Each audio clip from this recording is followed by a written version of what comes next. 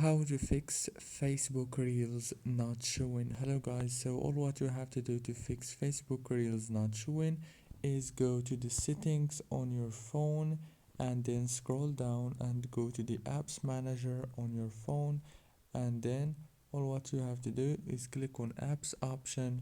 And now all what you have to do is simple.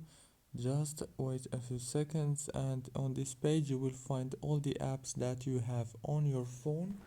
Scroll down until you find Facebook, or you can just search for it here in the search bar like this.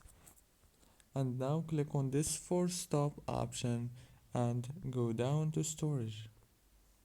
Now click on clear data and clear cache, and after you do that, go back and then go to the Play Store and search for Facebook like this, and click here as you can see and check if there is a new update. If it is like this, just click on it and everything must doing good for you. Don't forget to like, subscribe. Thank you for watching.